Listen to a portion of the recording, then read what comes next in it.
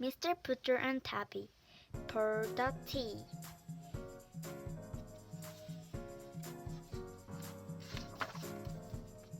Illustrated by Arthur Howard.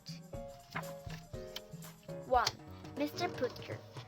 Before he got his fun cat, Tabby, Mr. Putter lived all alone. In the mornings, he had no one to share his English muffins. In the afternoon, he had no one to share his tea.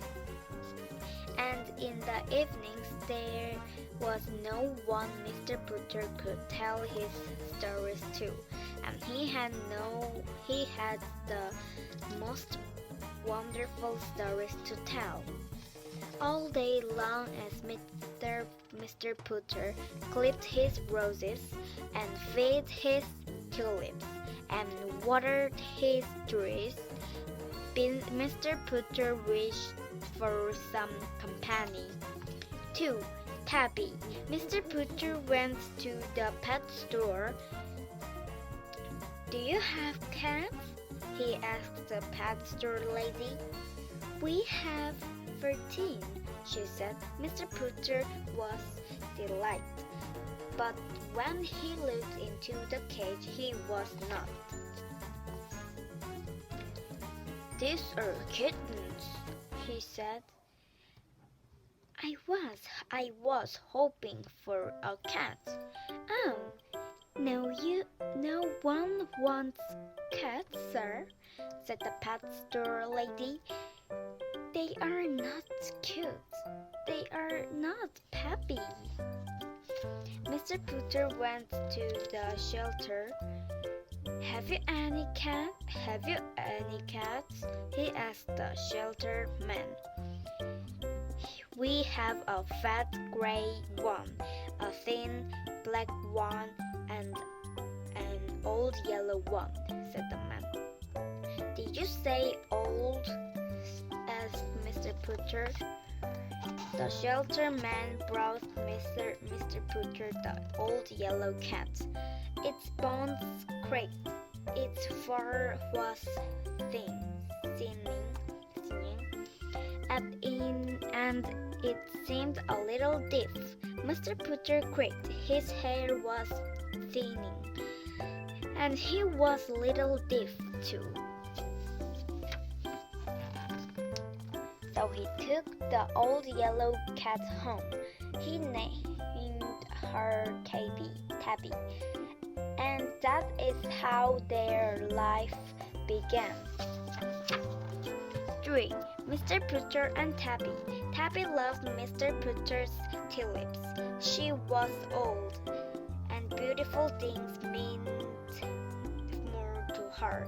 She would rub past all the yellow tulips, then she would roll past all the red tulips. In the afternoons, Mr. Putter and Tabby liked to share tea. Mr. Putter took his with sugar, Tabby took hers with cream, and in the evenings they sat by the window, and Mr. Putter told stories. He told the most wonderful stories. Each story made Tabby purr.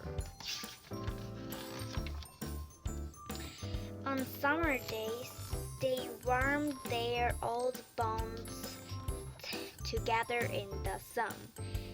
On fall days, they took long walks through the trees, and on winter days, they turned the opera up very loud. After a while, it seemed as if they had always lived together. Tabby knew just what Mr. Putter was going to do next. Mr. Putter knew just where Tabby was going to sleep next. In the mornings, each looked for the other as soon as they opened their eyes. And at night, each looked for the the other as their eyes were closing. Mr. Putter could not remember life without Tabby. Tabby could not remember life without Mr. Putter. They lived among their tulips and trees. They ate their muffins. They poured their tea. They turned up the opera and enjoyed the most perfect company of all, each other. The end.